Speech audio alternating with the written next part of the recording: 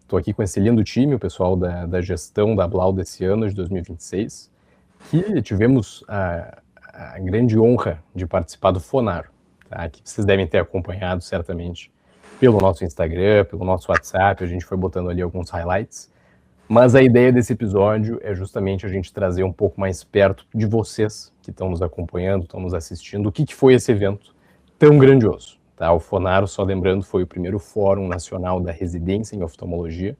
Foi um evento lá em Brasília, organizado pelo CBO, pelo Dr. Irã, senador lá de Brasília. Teve o patrocínio do pessoal da Genon, da União Química. Tivemos várias atividades ao longo dos dias. E temos aqui, né, o Luiz Gabriel, que infelizmente não pôde ir, mas vai atuar justamente como um contraponto aqui, botando algumas perguntas, botando alguns highlights em jogo. Então sejam todos bem-vindos, é um prazer enorme estar aqui. Luizão, pode tocar a bola aí, cara. Obrigado, Crítico, pelas palavras. Eu, infelizmente, fui o único membro da diretoria que não consegui ser liberado para participar do Fonaro, mas eu estou com algumas dúvidas capciosas aqui que eu vou perguntar para todos vocês. Tenho certeza que foi um evento muito enriquecedor. E o Crítico já respondeu, na verdade, a minha primeira pergunta que eu ia fazer. Então, eu vou aproveitar para perguntar, gente, algum de vocês entendeu como que surgiu essa ideia, a inspiração para gerar esse evento, de reunir todos os residentes em um lugar só e fazer essas discussões mais abrangentes? O que foi, para o pessoal que está de casa entender mesmo, o que foi exatamente esse evento? O Crítico deu a definição dele, mas eu quero que vocês expliquem, vocês que estavam no dia a dia lá do evento, como que funcionou.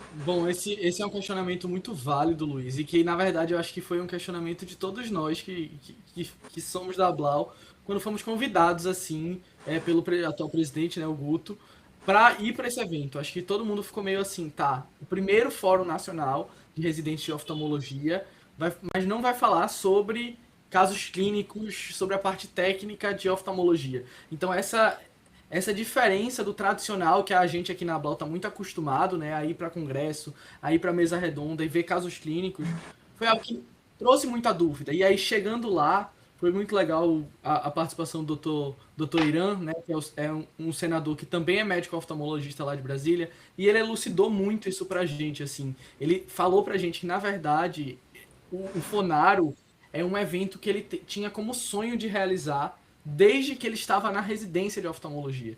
Ele tinha essa vontade de mostrar para os residentes do Brasil inteiro como é o mercado de trabalho oftalmológico, quais são as formas de trabalho, as formas de remuneração, como é que de fato funciona, além da parte técnica. Então, na verdade, o evento, junto com o apoio do CBO e da Genon, surgiu muito como uma ideia e de uma vontade de uma pessoa que é um grande líder na oftalmologia brasileira, de trazer para os residentes e para os estudantes como é que de fato funciona o mercado. E eu acho que pra gente, justamente por isso, foi muito rico, assim. Pô, que legal, Luiz, que legal, bacana. Pode falar, Pedro. Desculpa, Uma coisa que eu achei interessante também foi que o senador Irã comentou, né, que esses temas são bastante presentes nos congressos, só que a maioria dos residentes, dos oftalmologistas, não levam tão a importância devida sobre esses temas. Acaba que é um tema que chega aí apenas 10, 15 pessoas nas sessões dos congressos, enquanto as outras sessões acabam ficando cheias de temas que acabam tendo a relevância clínica, mas não a importância em si da oftalmologia em geral, né? Como é que funciona os mercados de trabalho, como é que funciona a realidade da oftalmologia, como é que funciona a inserção dos novos oftalmologistas, que seriam os residentes, que foram os alvos desse Fonaro. E por isso eu acredito que teve uma importância muito grande para essa população dos residentes que estão acabando de formar, os que estão acabando de entrar na residência, até para nós, que somos apenas acadêmicos, que vamos entrar nesse mundo, né? Para entender um pouco da realidade, né, da oftalmologia em geral. Inclusive, esse foi até um ponto que nós discutimos lá, o quanto nós somos agraciados por participarmos do primeiro Fonaro, ainda como acadêmicos, né? Porque foi realmente um fórum muito enriquecedor para todo mundo. E eu até estava pensando comigo, como será que os R3 saíram dali? né? Porque eles, entre aspas, já estão em cima da hora, digamos. Então, desse assunto todo, os mais privilegiados foram nós como acadêmicos, e éramos os únicos acadêmicos presentes no evento. Então, isso foi um divisor de águas, assim, para nós. Acredito que mais para os residentes ainda, que eles estão em uma fase mais avançada, mas tiramos muito proveito da oportunidade. Foi muito bom. Que bacana, pessoal, que bacana. Pessoal de casa também, bom que vocês já conheceram um pouco sobre o que é o evento. Aproveitar aqui também para mandar um abraço para o Amir, que é filho do senador, do doutor Irã, que é ex-Ablau também. Então, a gente tem que valorizar os nossos, então, aproveitar para mandar um abraço aqui também especial aqui no podcast para o Amir.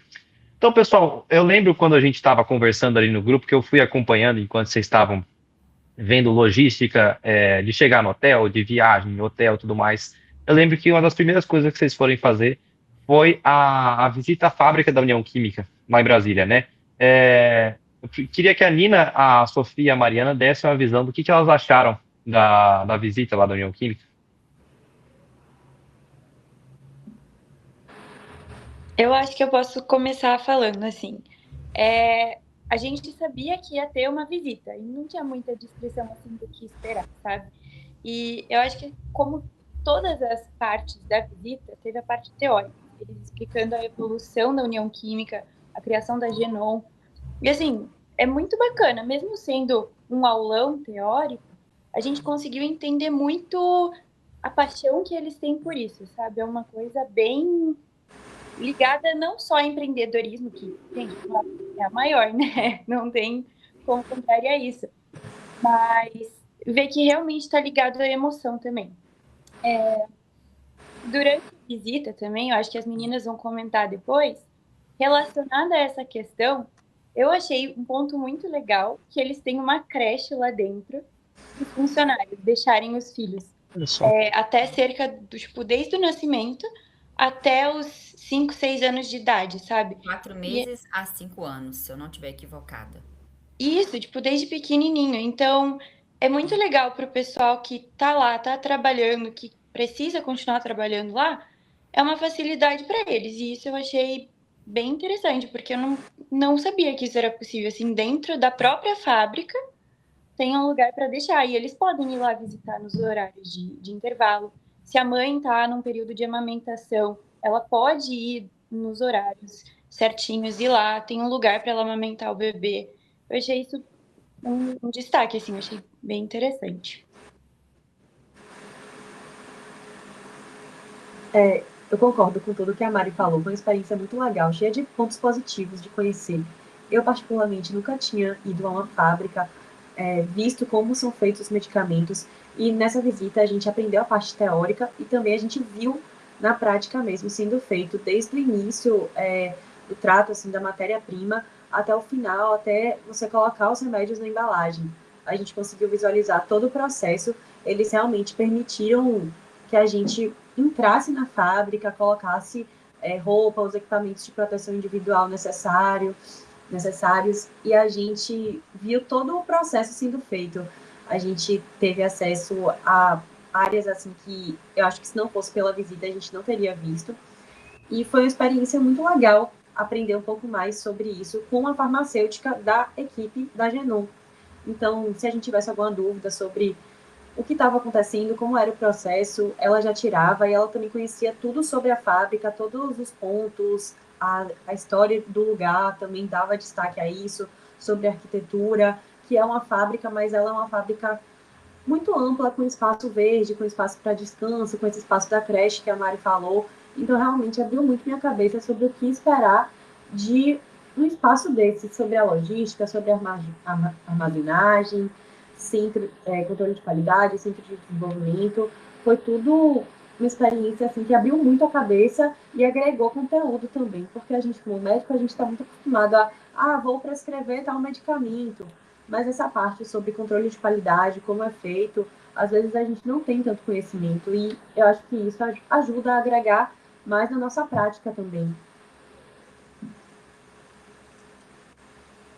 foi uma grande experiência, né? Realmente, a gente pôde conhecer desde a matéria-prima, os primeiros processos, até o produto final. Eles comentaram também sobre a logística, como que eles fazem com a entrega, que tem alguns produtos que eles podem entregar direto para as farmácias, que tem algumas prioridades, que facilitam também até uma questão financeira, de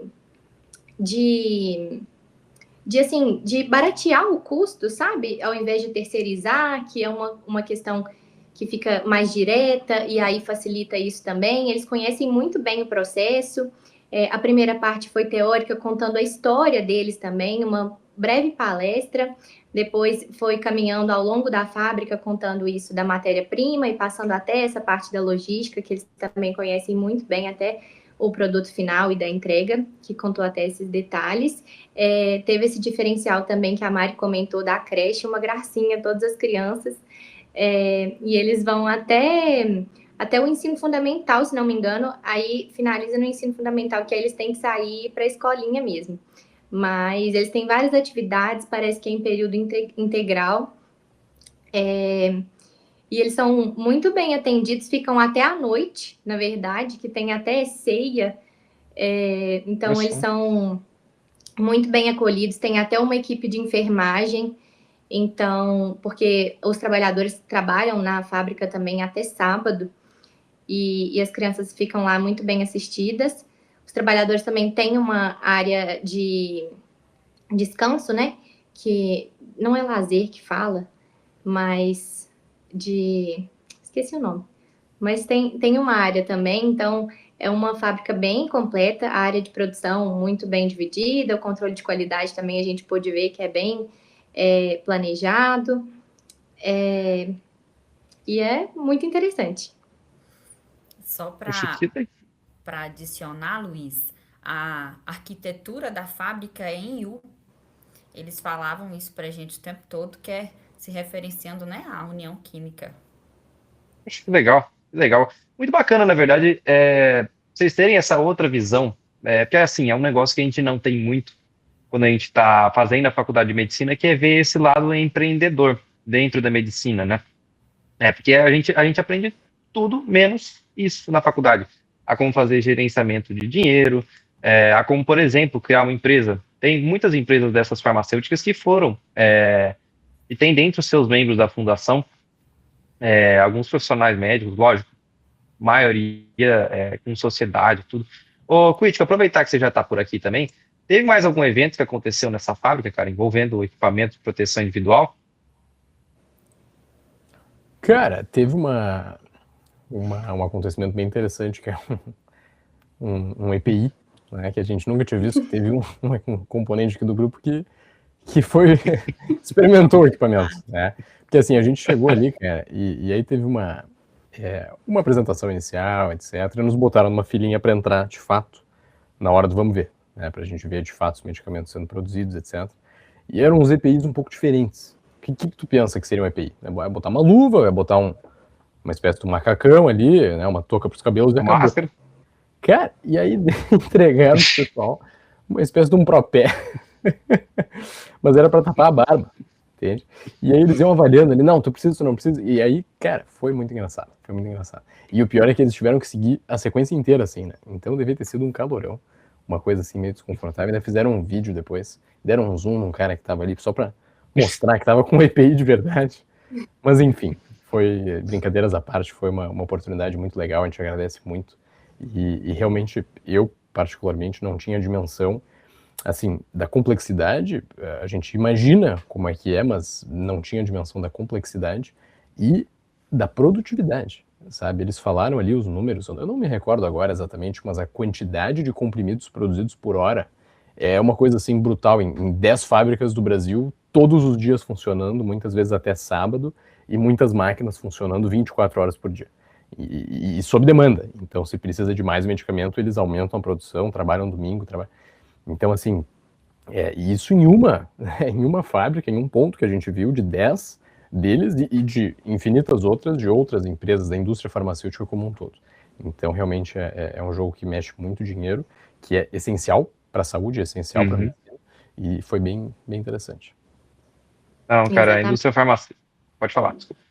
E arquitetura também, não sei se comentaram, é de Niemeyer, e eles Olha só, preservam até hoje. Até as olha que plantas legal. eles comentaram. Caramba.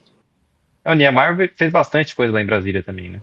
Mas, dando sequência aqui no que a gente estava comentando antes, gente, pô, bem legal. Essa questão do EPI é importante também para a gente. Toda a fábrica tem, é importante ter, até porque para preservação do produto também, sempre importante. Mas, gente, pegando um geral agora do evento que vocês tiveram, juntando todas as palestras, a gente depois volta para focar em uma ou outra, assim, que vocês mais gostaram.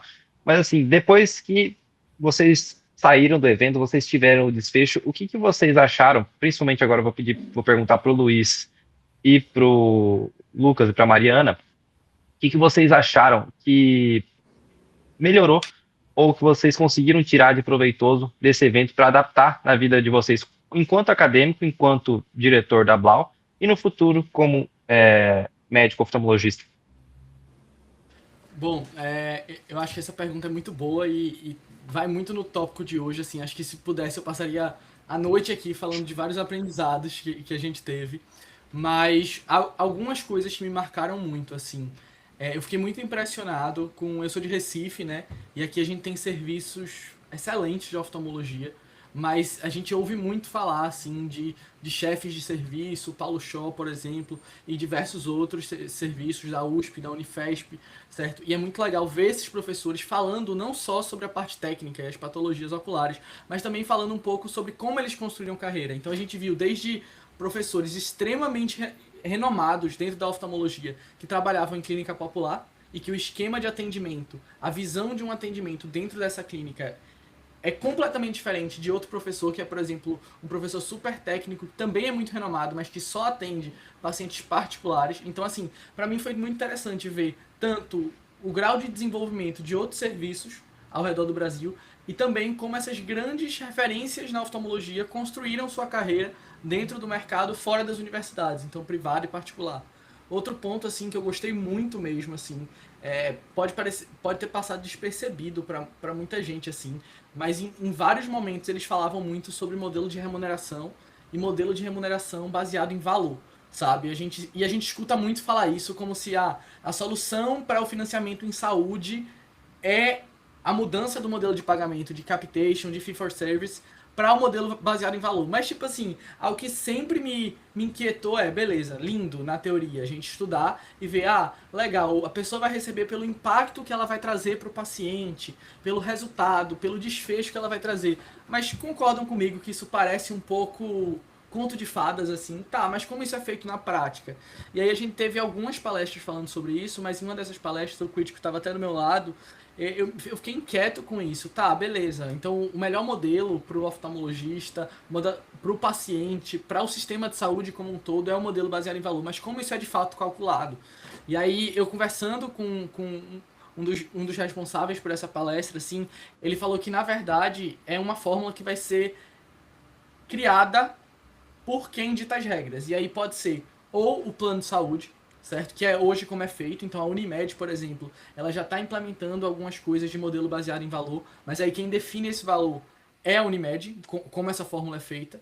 Mas o que eles defendem, o que os oftalmologistas defendem quando eles falam de modelo baseado em valor, é que a sociedade brasileira, certo? O Conselho Brasileiro de Oftalmologia é o que deveria ser responsável por criar essa fórmula. Mas que existe um modelo geral de fórmula para gerar um modelo baseado em valor, que é identificar os processos que estão feitos nessa consulta, então como o profissional preenche o sistema, certo? Como os dados do paciente são armazenados, por que é feita determinada indicação, o desfecho, então o resultado dessas cirurgias, então profissionais que gerariam desfechos melhores teriam uma remuneração diferenciada, e aí entra a discussão se seria por bônus ou se já estaria embutido no preço da consulta, e o modelo de satisfação do paciente, que aí entraria NPS e o quanto que o paciente de fato está satisfeito com aquele atendimento. Então eu achei muito interessante, porque a gente passa até na faculdade, de vez em quando alguém fala sobre modelo baseado em valor, mas é muito difícil definir como é que de fato seria criada essa fórmula. E para mim Isso foi um grande takeaway, assim, um grande resultado do Fonaro,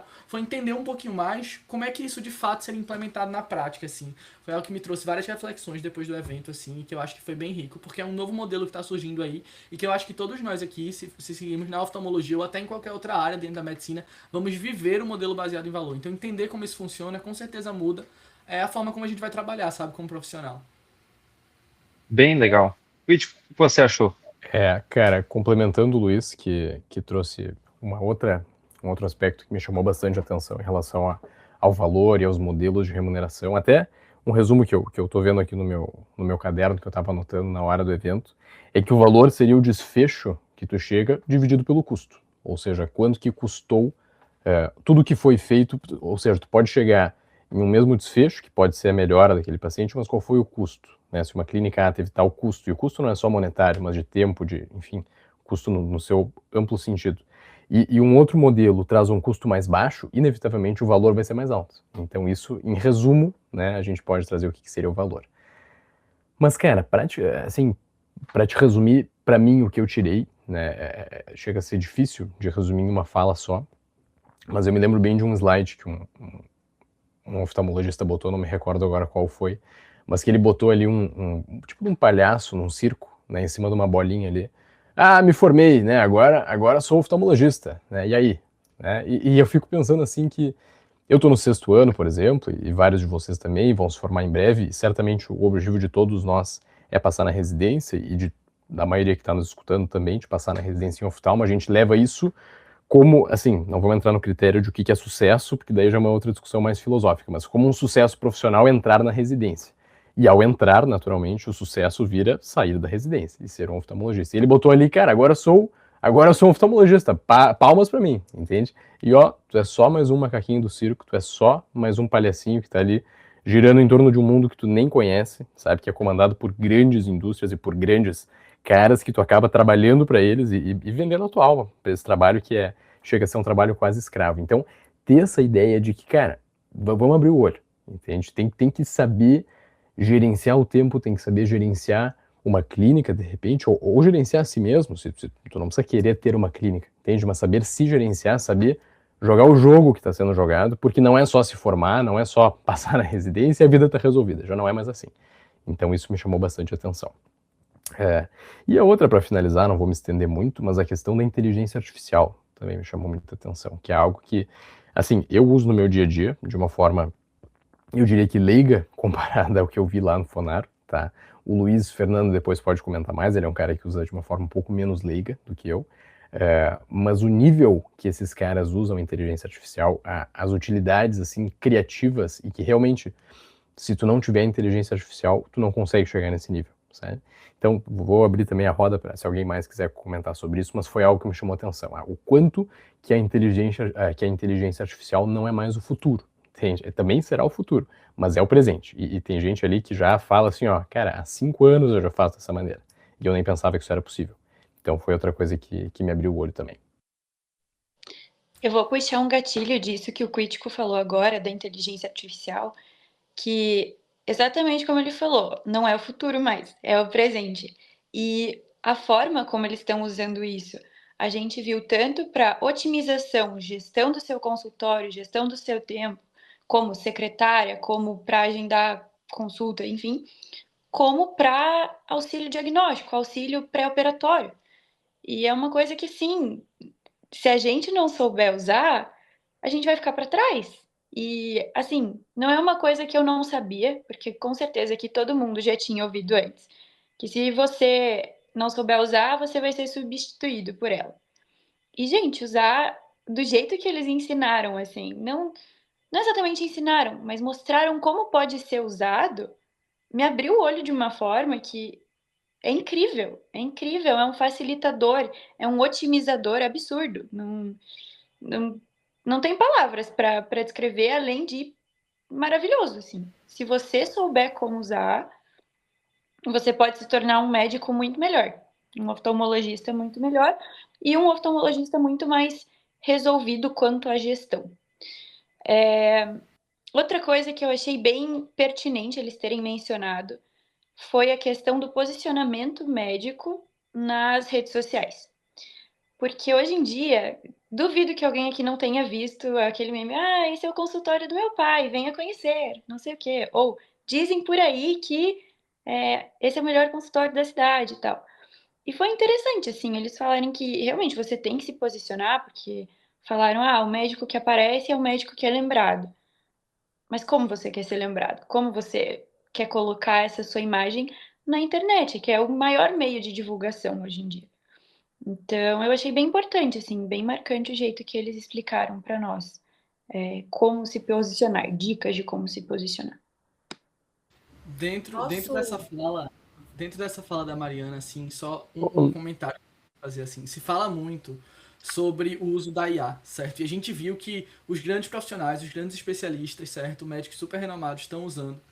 E aí, eu acho muito interessante porque a gente viu, de um lado, que o mercado para oftalmologista está ficando cada vez mais difícil, entre muitas aspas, certo? Então as grandes redes estão vindo, XP, enfim, uma série de escritórios que querem usar dessa rentabilidade da oftalmologia para bater benchmark, para bater resultado operacional, e ao mesmo tempo o oftalmologista no meio dessa sinuca de bico, entendendo qual é o papel dele, como é que ele consegue ainda assim manter uma margem eficiente. Então, eu acho que a IA entra muito ter mais margem no negócio dele, no resultado dele. É isso que a gente via muito acontecer. Não é que se você não souber usar a IA, ela vai te substituir, mas em muitos casos, uma empresa, um hospital oftalmológico que usa a IA, provavelmente vai tomar mais espaço de mercado de um hospital, de um profissional que não utiliza. Então, de fato, a gente viu o potencial que essas ferramentas têm, e elas entram no universo de saúde, e aí entra a palestra do André Medici, por exemplo, no universo de saúde onde as margens estão cada vez menores, sabe? O oftalmologista, ele está cada vez mais apertado dentre outros custos operacionais que a gente sabe que existem. Então, a IA entra muito nisso. A gente consegue ganhar eficiência operacional, e quem conhece a IA consegue realmente ter mais margem no negócio. E isso também é um takeaway que eu acho que é bem interessante, assim, do Fonaro. Vou puxar um gancho desse negócio que você está falando, depois eu já te passo a palavra, viu, Patrícia? Eu acho extremamente interessante a gente conversar sobre esse tema, até porque é um tema que eu gosto. A gente vê bastante isso nas sessões ABLAU dos congressos, principalmente porque as nossas sessões são focadas em soft skills, é um tema que eu procuro ir mais atrás. E assim, apesar que a gente está falando principalmente aqui do uso da inteligência artificial na parte da oftalmologia como um negócio, não é? Que foi o tema da palestra que teve no Fornaro, mas a gente tem que lembrar que não é todo oftalmologista que é empreendedor. Então, assim, a gente tem dois lados diferentes para a gente conseguir usar a inteligência artificial, mas eu concordo 100% com o que o Luiz Fernando, meu xará, estava falando aqui até agora há pouco, que quem não começou a usar a inteligência artificial, porque você vê muita gente ainda, até da nossa idade ainda, muito resistente à inteligência artificial. Porque eu não vou usar isso, o ChatGPT é ruim, que não se das contas. Fala isso quem não consegue usar ou quem não descobriu ainda todos os benefícios das funcionalidades. Lógico, a gente ainda está muito no começo. Eu falo isso brincando com meu pai, que a gente conversa bastante sobre esses assuntos, que esse é o pior momento que a gente vai ver de inteligência artificial nos próximos 10 anos aí, porque a nossa vida vai ser muito facilitada por essas coisas. Tem tanta empresa, a própria Meta, a OpenAI, o X, o Claude, o Gemini, tudo isso já é muito bom hoje, mas o nível vai melhorar muito. Para código, por exemplo, não sei se alguém aqui já usou alguma vez, o próprio Gemini e o Claude são geniais para você montar um código de programação para alguma coisa. Então, se consegue montar um negócio, um nível de complexidade que você precisaria de alguém com a formação de uns 4 anos de engenheiro de software, o que não vai ser disso aqui para a gente nos próximos 10, 15, 20 anos, entendeu? Então, tem que realmente abrir muita cabeça para isso. Pode falar, Patrícia, que você queria falar aquela hora lá. Sim, eu ia só puxar um link na fala da Mariana, que a Mariana comentou a questão do marketing, né? Hoje o marketing está em alta, quem não é visto não é lembrado. Nós tivemos palestras sobre o marketing também, inclusive. E aí, relacionando isso com ética, que também tivemos palestras sobre ética, às vezes uma coisa mínima que nós achamos que não vai nos prejudicar, pode nos prejudicar. Igual a Mari falou, a questão do vídeo, né? O pessoal posta, porque nós somos a melhor clínica da cidade. Isso também, pela ética, não pode ser feito. Então, às vezes, coisas simples que a gente acha que está só entrando numa trend ali ou fazendo uma propaganda simples, pode dar problema no CRM. Então, isso foi instruído para a gente também. É igual a palestra do Luiz Felipe Pondé. Ele deixou a frase assim: até onde eu devo ir para ter sucesso? Ou seja, você vai perder, você vai ser antiético para alcançar o seu sucesso? Então, por mais que nós tivemos respostas objetivas, números quantitativos nas palestras, a gente também teve essas questões que deixaram ponto de interrogação na gente, até para nos preparar para possíveis problemas, que a gente sabe que a gente está num mercado onde estamos aí expostos, né, infelizmente, a qualquer tipo de situação. Então, isso também foi esclarecido. No geral, eu achei que eles conseguiram alcançar vários pontinhos assim para nos auxiliar, tanto em questões de preparações para o mercado, quanto em questões pessoais ou profissionais mesmo, sem estar tão ligado a números. Então, tudo isso foi abordado de uma forma muito interessante para a gente lá no fórum. Queria só voltar um pouquinho nessa questão da IA, né, que todo mundo comentou, também acho que foi muito relevante, que abriu muito nossos olhos. Eu não imaginava que há 5 anos já vinha esse crescimento, eu achava que era algo mais recente, para falar a verdade. E eu acho que isso tende a desenvolver cada vez mais, né? Eu acho que a gente tem dimensão, mas eu pelo menos não imaginava que era tamanha dimensão. E não é um futuro, né? Já é um presente que já é muito bem desenvolvido e que tende a desenvolver cada vez mais.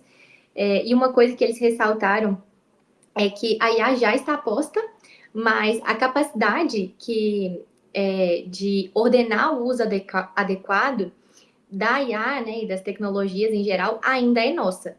Então, isso também ainda é importante, né? Mas a IA ainda também é um diferencial competitivo em relação às clínicas e tudo mais, desde que o uso seja bem adequado, ordenado por nós mesmos. E isso envolve também a gestão da clínica, de nós mesmos e de tudo desses outros aprendizados e dessas soft skills que são tão importantes de serem desenvolvidas e que foram discutidas também. Achei interessante uma questão que foi abordada sobre inteligência artificial mesmo.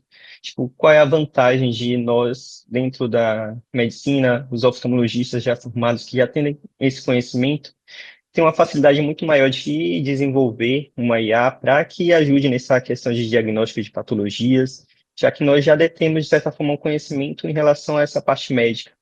E com a ajuda da inteligência artificial é muito mais simples a gente conseguir criar um programa, criar um software que nos ajude a trazer esses diagnósticos, do que simplesmente um engenheiro que não tem esse conhecimento, aprender sobre a questão de medicina, ter essa noção da parte médica. Foi até abordado que normalmente a gente consegue aprender em uns 6 meses como fazer uma programação um pouco mais complexa, se a gente focar mesmo no estudo. E esses 6 meses também é o tempo que ele vai levar para aprender um engenheiro também levaria para aprender essa parte de programação. Só que nós já temos esse conhecimento em relação à medicina, em relação à parte de oftalmologia em si, o que já é uma vantagem muito maior. E se a gente utilizar essa vantagem que nós temos, nós podemos alavancar muito mais os nossos negócios, nossas clínicas. Ou seja, é uma questão que tem que ser muito comentada no dia de hoje, principalmente para quem está acabando de entrar no mercado de trabalho como nós. Maravilha, pô, bem, bem legal. Aproveitar agora para perguntar para a Sofia. Sofia, eu estava vendo aqui na programação do evento até agora há pouco, que a gente teve umas aulas comparativas até bem interessantes entre o modelo particular e o modelo de SUS, né? O que vocês conseguiram aprender um pouco sobre isso, sobre modelo de negócio, no geral? O que eles recomendaram para cada um de vocês? Enfim, fala um pouquinho mais sobre essa palestra para a gente. Pronto. É uma pergunta muito boa mesmo, porque eu acho que é algo que todo mundo tem que pensar quando vai começar a trabalhar como médico, não só especificamente como oftalmologista, mas o profissional da área. Uma coisa que abriu muito minha mente, que eu não tinha pensado antes, é que antes de você decidir com qual modelo você quer trabalhar, ou se você quer trabalhar com os dois, você tem que pensar onde você quer chegar com isso? Qual é o seu objetivo como médico? Que tipo de atendimento você quer ofertar, para ver em qual grupo você se encaixa para ofertar esse atendimento.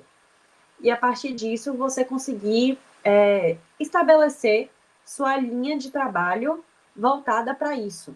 Se você quer ser aquele tipo de profissional que atende em grande demanda e faz alguns procedimentos um pouco mais simples, mais rápidos, ou se você quer atender um grupo menor, talvez mais seleto, mais específico da sua área, entretanto de uma forma mais específica, um tratamento mais direcionado para determinado tipo de paciente, e com base nisso você pensa o que é mais vantajoso para você como profissional, não falando só em termos financeiros, mas como você acha que vai te completar melhor.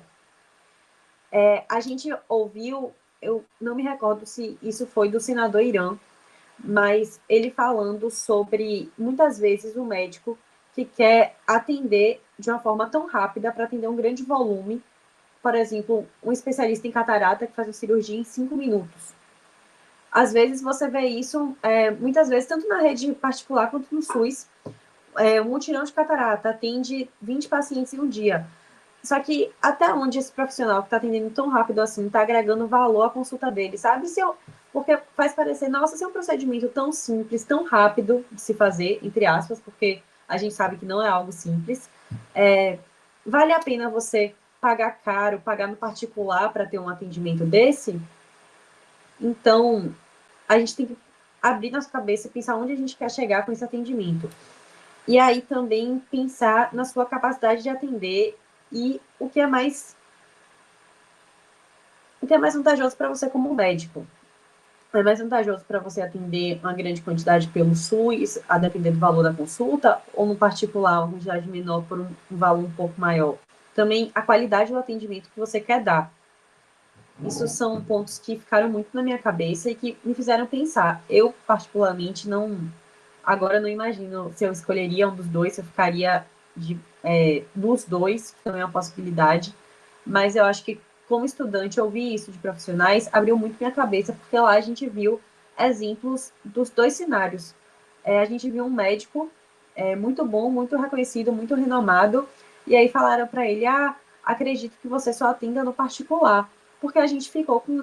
Algumas pessoas têm essa concepção, na verdade, de que o principal especialista só atende no particular ou com o paciente pagando mesmo pela consulta, às vezes nem convênio aceita. Mas ele falou, não, eu só atendo SUS.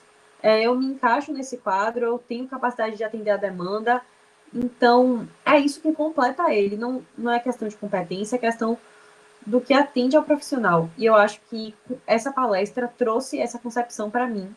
Não sei se trouxe para mais alguém aqui, mas foi o que me fez refletir e que eu aprendi.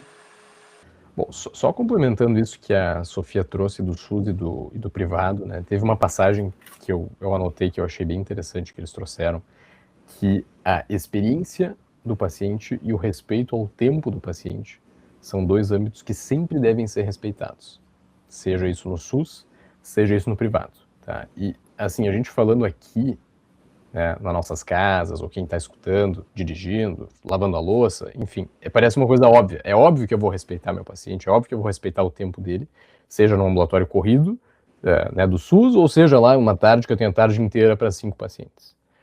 Mas na prática, né, a reflexão que fica é a seguinte, que tu pega um chefe como foi comentado, né, um grande chefe que a gente pensa que trabalharia só para o privado e ele trabalha só para o SUS, tá? O atendimento que esse cara proporciona, vamos que ele trabalhe num hospital público e tenha o seu consultório próprio. O atendimento técnico que ele proporciona, o diagnóstico, a proposta de tratamento, a cirurgia que ele vai fazer no privado ou que ele vai fazer no SUS, teoricamente é igual, tecnicamente. Né? Se tu chega ali com o mesmo diagnóstico, nos dois tu vai ter o mesmo diagnóstico, tu não vai ter um diagnóstico melhor no privado. Por que tu paga o privado, então? Tu paga por uma experiência melhor. Menos tempo de fila, um atendimento mais personalizado, tomar um cafezinho, que é até uma coisa que eles discutiram lá até que ponto que isso vale. Enfim, tu paga pela experiência a mais.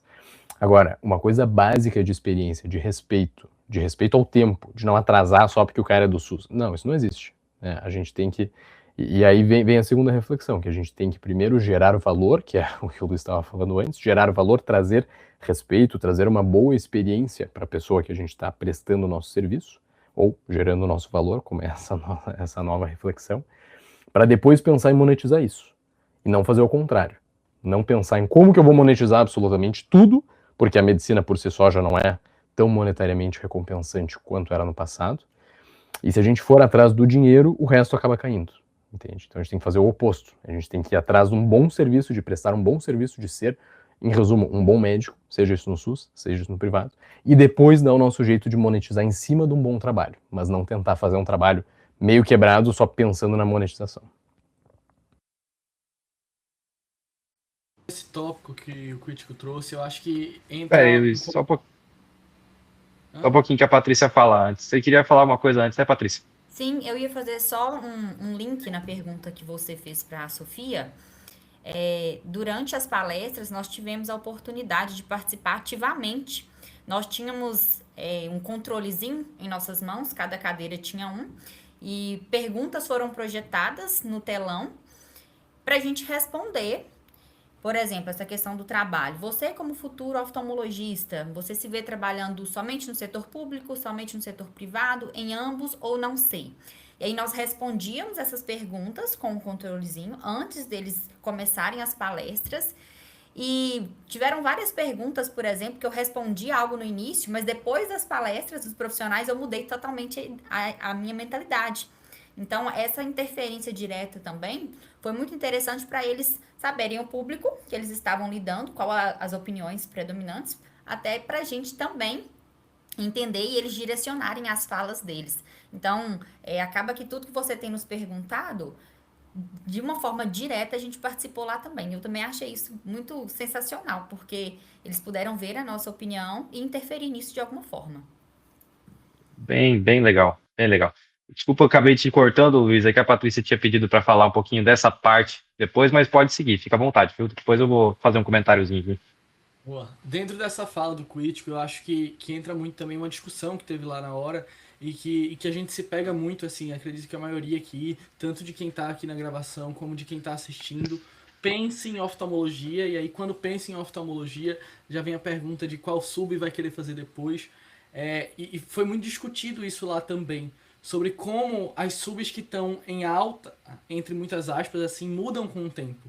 Né? Hoje a gente vê, muitos profissionais, muitos oftalmologistas residentes querendo retina, por exemplo, a partir do surgimento do VEGF, outros profissionais que no passado todo mundo queria estrabismo, por exemplo, porque era uma área que achava-se que ia dar muito retorno, e que hoje em dia, apesar de ser uma área extremamente interessante, oftalmopediatria e estrabismo, não é a área que é mais preferida entre os residentes. Então foi muito discutido isso também, como o impacto e a escolha da especialidade, assim como o trabalho do dia a dia não deve ser pautado apenas pelo retorno financeiro, a escolha da subespecialidade que deve ser feita, está dentro da oftalmologia, também não deve ser só pautada no que está em alta no momento, porque essas coisas mudam. Eu achei essa visão, né, que a gente consegue ter por quem já passou pelo que a gente está passando, achei também muito interessante, vai ser uma visão que eu vou levar mais para frente também. É uma visão realmente interessante que todos vocês trouxeram. Eu acho que também envolve muito com o mercado de trabalho, envolve muito a cultura local também. Vou citar um exemplo aqui antes de eu partir para as minhas próximas perguntas. Eu e o Crítico, a gente fez um estágio no Moorfields Eye Hospital no finalzinho do ano passado. Ele fez em novembro, eu fiz em começo de janeiro agora. E lá é uma cultura diferente um pouco daqui, porque lá 90% dos médicos trabalham no SUS deles, que é o NHS, e alguns atendem no particular, mas é um particular linkado ao NHS. Então, tudo na estrutura de um hospital só, mas eles atendem tanto um quanto um outro. Isso é um ponto interessante da gente refletir e parar para pensar, para ver um pouco aqui sobre o mercado de trabalho no Brasil. Porque, assim, a gente está conversando aqui um pouco sobre, o cara que é mais renomado, ok, mas vamos tentar focar um pouco no nosso público. Vamos tentar pegar o R3 que está acabando de formar, ele está buscando um lugar para tentar trabalhar. Isso é interessante a gente pensar. Quando a gente está falando, por exemplo, de startup, eles têm um termo que eles usam muito, que eu acho que dá para a gente usar nessa situação, que chama de roadmap, que é como se fosse uma trilha do caminho que você quer até você chegar num certo ponto. Então, por exemplo, hoje em dia, você pode tentar empreender para fazer uma clínica do zero. É uma estratégia boa, mas envolve muito dinheiro, um gasto realmente muito grande. Você pode trabalhar numa clínica particular ou uma clínica do SUS. Eu achei interessante nesse ponto que vocês trouxeram, você trabalhar num lugar, não necessariamente você exclui você trabalhar no outro. Você pode ter sua clínica particular, você pode empreender enquanto você também trabalha no SUS. É uma questão mais de calendário. Eu achei realmente bem interessante. Queria saber um pouco da visão de vocês sobre isso também. Cara, deixa eu só aproveitar o teu gancho, uma coisa que comentou e me lembrei bastante, essa comparação lá fora com aqui no Brasil, especificamente falando da Inglaterra, né, que a gente conviveu, que lá, inclusive, eles olham com maus olhos para quem só trabalha no privado. É meio que um cara que, cara, não segue muitas Verdade. condutas corretas, é o cara que, sabe, não. Ou seja, o NHS, ele chega a ser mais respeitado do que o cara que só trabalha no privado. E eu vejo que, até por esse pré-conceito que a gente teve nessa sessão, aqui no Brasil a gente tem uma visão contrária. Né? O cara que só trabalha no SUS não pode ser o super especialista. E no caso lá do Fonar, a gente viu que não é o caso. Que um dos maiores especialistas do evento falou que só trabalha no SUS.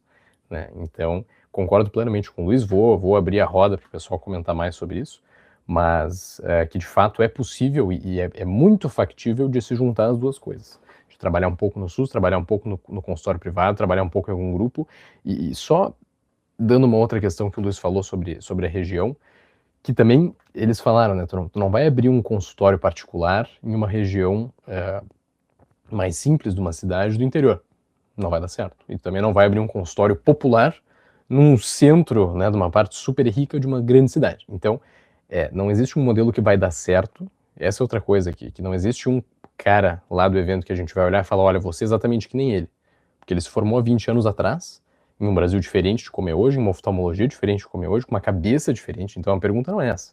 A pergunta é o que ele fez com as ferramentas que ele tinha naquela época e como é que eu posso tomar decisões com as ferramentas que eu tenho na época que eu vivo, no Brasil que eu vivo, na oftalmologia que eu vivo. E isso vem muito da região também. Então eles mostraram vários gráficos assim de densidade demográfica e densidade médica e densidade oftalmológica por região, mas a análise não acaba aí, porque também depende do tamanho da região, depende da quantidade de oftalmologistas que estão super concentrados em Sudeste, Sul, essa região, que também não quer dizer que o mercado esteja saturado, porque de repente tem uma população proporcionalmente grande à quantidade de médicos e proporcionalmente ainda tem espaço. Então essas análises um pouco mais profundas, mas eu quero abrir a roda aí para o pessoal comentar um pouco sobre essa questão de SUS e privado. Pegando o gancho na fala do Lucas, eu tô lembrando aqui, como a Sofia falou, tivemos profissionais lá incríveis, assim, referência, que são 100% SUS. E aí eu entro na questão de quem tem médico na família, que isso foi discutido lá também. Inclusive foi a pergunta de uma residente participante sobre a questão de, mas eu não tenho parentes médicos, como que eu vou fazer o meu nome? Digamos assim, justamente por a gente ter essa visão, como o Lucas falou, de que o privado é mais privilegiado, digamos assim. Mas nós tivemos vários exemplos de médicos profissionais que estavam lá, que não vêm de família de médico. Isso é muito parecido com a minha história, por exemplo, que a gente tem esse receio, a gente tem esse medo. Como que eu vou me desenvolver no particular se eu não tenho de onde levar um nome, digamos assim, eu vou ter que começar do zero, quanto isso vai me custar? E às vezes a gente acha que é até um pouco irreal a situação. Então, essa discussão foi excelente também para abrir a minha mentalidade com relação a isso, porque esse era um dos meus receios, inclusive. Mas sair de lá com outra mentalidade de que a gente consegue sim se sobressair, né? Mesmo não tendo um nome já para carregar, digamos assim. Nina, você queria fazer algum comentário? Que a gente que estava falando na última parte aqui sobre SUS e privado, eu acho que você tem a contribuir com essa parte.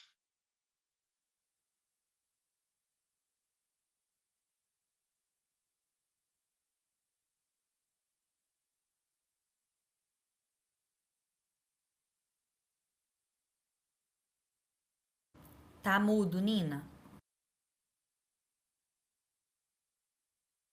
Peraí, fala alguma coisa aqui rapidinho, só para a gente ver se voltou.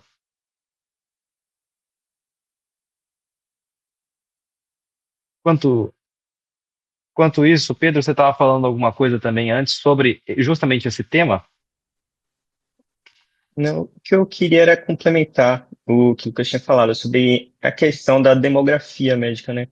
Porque, querendo ou não, tem a maioria dos oftalmologistas e médicos, no geral, está concentrado na região sudeste e sul do país, só que a maior parte da população também está concentrada nessas regiões.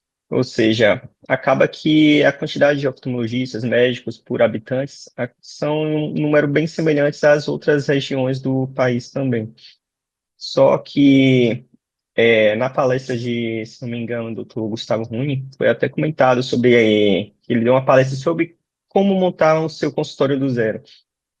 Ele comentou sobre essa questão, né? Você não vai abrir uma clínica popular num bairro nobre de uma cidade.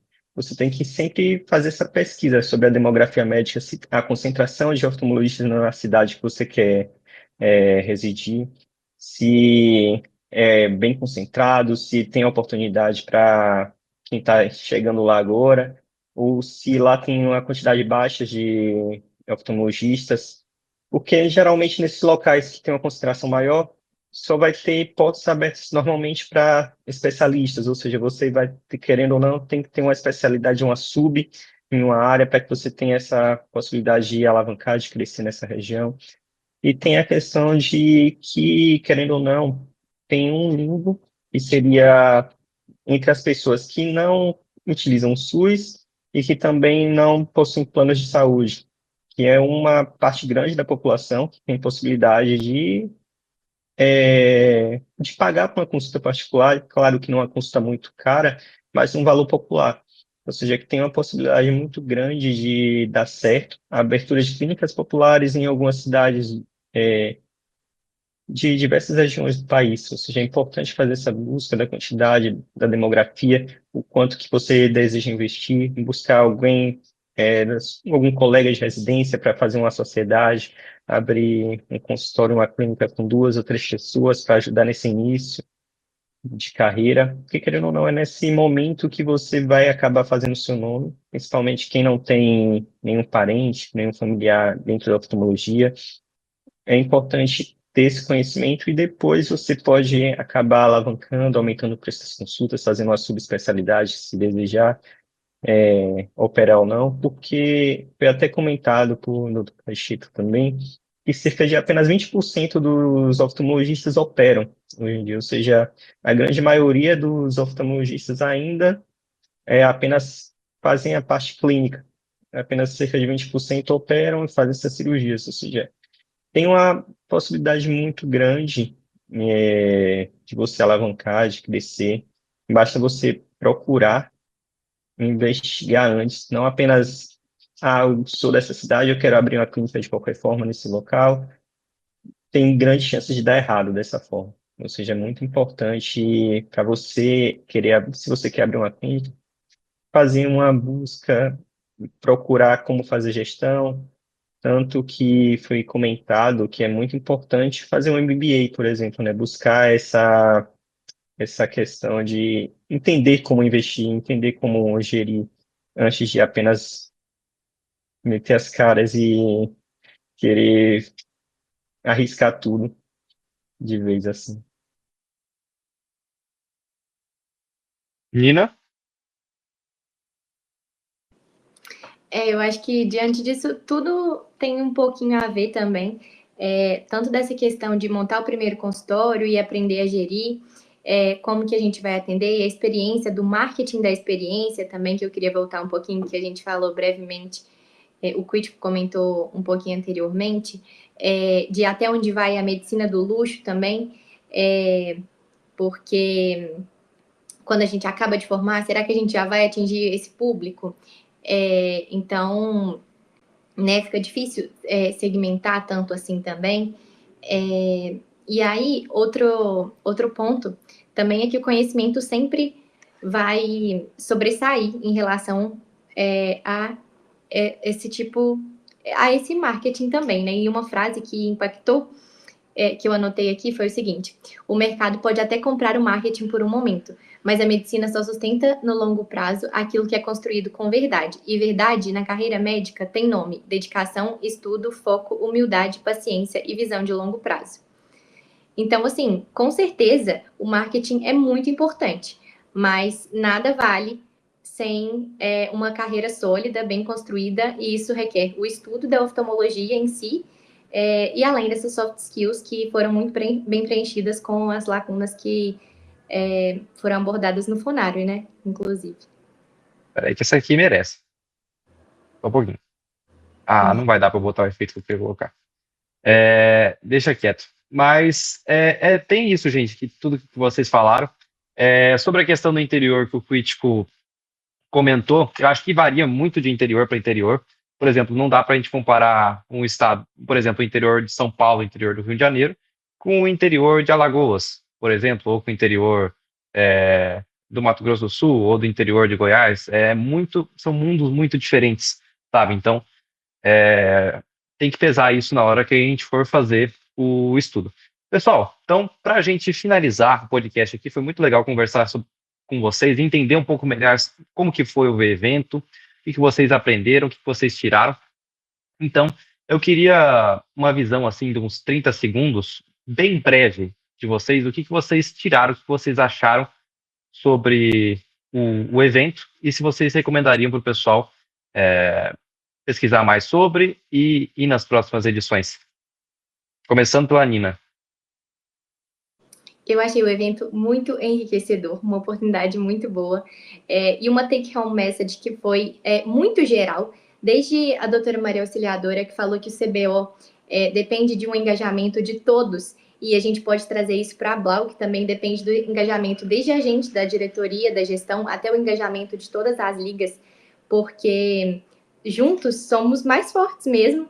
E tem uma frase do Dr. Irã que fala que a gente deve se unir, porque se tornarmos desunidos, ficamos fracos, frágeis, fracos que nem baratinhos, uma coisa assim. Então, acho que é importante que a gente seja unidos e, ao mesmo tempo, protagonistas. Então, foi uma take-home que eu achei bem válida e que foi, em vários momentos, foi deixada. Além de tudo que a gente já falou. Maravilha. Vamos dar sequência aqui na ordem. Aqui. Pode falar, Pedro. O que eu achei bastante interessante do Funaro foi a possibilidade de abrir os nossos olhos, né, sobre a realidade da medicina, a realidade da oftalmologia em si. Algo que não é muito comentado, a gente não aborda no nosso dia a dia, né? Tipo, as formas de remuneração estão crescendo cada vez mais, capitation, verticalização, sobre como abrir o nosso consultório, sobre quais os caminhos que nós vamos seguir no nosso futuro. Acho que foi bastante importante para a gente, principalmente que somos acadêmicos, ter essa ideia antes de formar, mas é uma possibilidade muito... foi um fórum muito importante para todo mundo. Eu acredito que vai ser muito importante nos próximos anos para formar os próximos residentes de oftalmologia. Maravilha. Você, Mário? Eu acho que um termo que definiria esse fórum para mim foi divisor de águas. A gente tinha uma noção antes, mas eu saí de lá com outra cabeça, com outra visão de como eu quero ser como oftalmologista no futuro, e com certeza eles mostraram pra gente como é a realidade, e saber isso antes da gente chegar lá e dar de cara, com certeza vai nos tornar profissionais muito mais preparados, muito mais resistentes, muito melhores, eu acho. Isso. Sofia? Eu concordo com tudo que o pessoal falou até agora. Foi um evento muito bom, muito rico de aprendizado. Eu, com certeza, se tiver a oportunidade, tenho interesse em ir de novo e recomendo a qualquer um que tem interesse pela área em ir, pelo menos uma vez. E uma mensagem, assim, que ficou na minha cabeça, além do que já foi dito, que eu acho que é importante para quem está ouvindo a gente, seja estudante, seja residente, não ter vergonha de falar com quem já atingiu o sucesso na oftalmologia, quem está tendo um bom rendimento na área, para você pegar dicas, tirar dúvidas, ter experiências que você não teria só pela faculdade. Acho que foi o Dr. Paulo Schor que falou, somos fáceis, vocês podem entrar em contato, manda um direct, manda um e-mail. Então, para os estudantes, a Blau também está sempre aberta para ajudar, tirar dúvidas sobre o que cabe a gente em relação à oftalmologia. Então, corre atrás do que você quer, fala com as pessoas, não ter vergonha e sempre buscar aprender mais sobre a área. Patrícia? Para mim, como a Mari falou, o Fonário ele foi um divisor de águas. Eu nunca tinha ido a um fórum nesse estilo e tirou totalmente nós da caixinha, somente da teoria ali da oftalmologia, nos trazendo para o mercado de trabalho, que é o próximo passo, que é o que a gente almeja. E pegando como gatilho a frase da Sofia, o Felipe Pondé também falou que a gente precisa ter coragem, que a coragem é uma virtude que permite agir mesmo diante do medo, do risco ou da pressão. Então, no mercado aí tão competitivo que estamos hoje, nós precisamos ter coragem, claro que com cautela, com estudo, mas se não tivermos coragem, nós não iremos aí alçar nossos voos maiores, que é o que buscamos. Luiz? Eu acho que tudo que foi dito assim é fenomenal e é muito rico com o que a gente viveu no evento.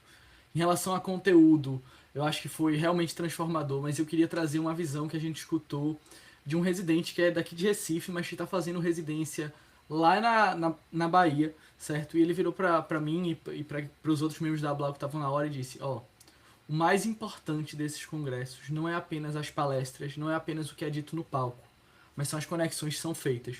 Então eu acho que tanto pra gente que tá aqui na Blau e que pôde ter a oportunidade de finalmente se conhecer pessoalmente, né? A gente trabalha junto há bastante tempo, mas muitos daqui eu não conhecia pessoalmente, foi extremamente rico. E também de conhecer residentes de todo o Brasil, conhecer serviços de todo o Brasil e conhecer chefes dos serviços dos maiores espaços da oftalmologia do país.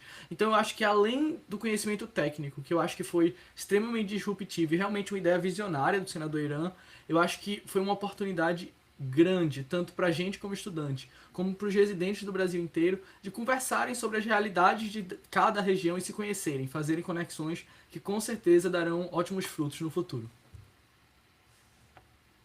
Whitco? Bom, pessoal, eu não vou ficar aqui chovendo no molhado, acho que tudo já foi muito bem dito, tá? Só expressar enquanto a Blau a nossa gratidão, extrema gratidão, pela possibilidade de termos ido, né? Não sei se ficou claro para quem está nos escutando, mas esse seleto grupo, né, foi o único grupo de estudantes de medicina do Brasil que esteve presente lá, né, em um ambiente que tinham cerca de 400 pessoas, dessas os maiores chefes da oftalmologia, isso não é nenhum exagero, isso é um mero fato, né, e os melhores residentes, que também não é um exagero, porque eles foram ranqueados de acordo com as provas anuais do CBO e foram convidados, tá? E nós fomos convidados por sermos a maior associação de ligas que existe na América Latina, tá? Então, para dar essa dimensão, não enchendo a nossa bola, mas dando a dimensão do que nós somos, da nossa capacidade enquanto associação, e a nossa gratidão, de fato, porque nós fomos e tivemos um crescimento muito grande, mas representando todos vocês, todos que nos escutam, todos vocês, a partir disso que foi realizado, tem uma capacidade muito maior no futuro de chegar para qualquer um desses chefes, qualquer um desses residentes, se apresentar enquanto membro da Blau e ter uma capacidade de fazer um networking, de fazer um estágio, de repente de conseguir até prestar para aquele serviço de residência. Então fica essa mensagem de gratidão a todos que participaram, ao convite, né? Foi muito bacana e foi muito enriquecedor para todos nós. Então fica só esse muito obrigado. Pessoal, é isso então. Muito obrigado pela participação de todos. Eu, como único membro da diretoria que não consegui comparecer, pelo que vocês me contaram sobre a experiência de vocês, eu acho que o único lugar próximo a uma coisa semelhante que vocês conseguiriam algum nível de network seria em algum congresso. Eu acho que nem nisso, porque não é um nicho tão fechado, igual foi nesse fórum, então eu acredito que tenha sido uma experiência extremamente enriquecedora, extremamente incrível, mas assim, quem estiver nos ouvindo e quiser ter uma experiência mais ou menos semelhante, nós temos uns congressos que a Blau participa, fica aqui nosso convite a vocês já a participarem.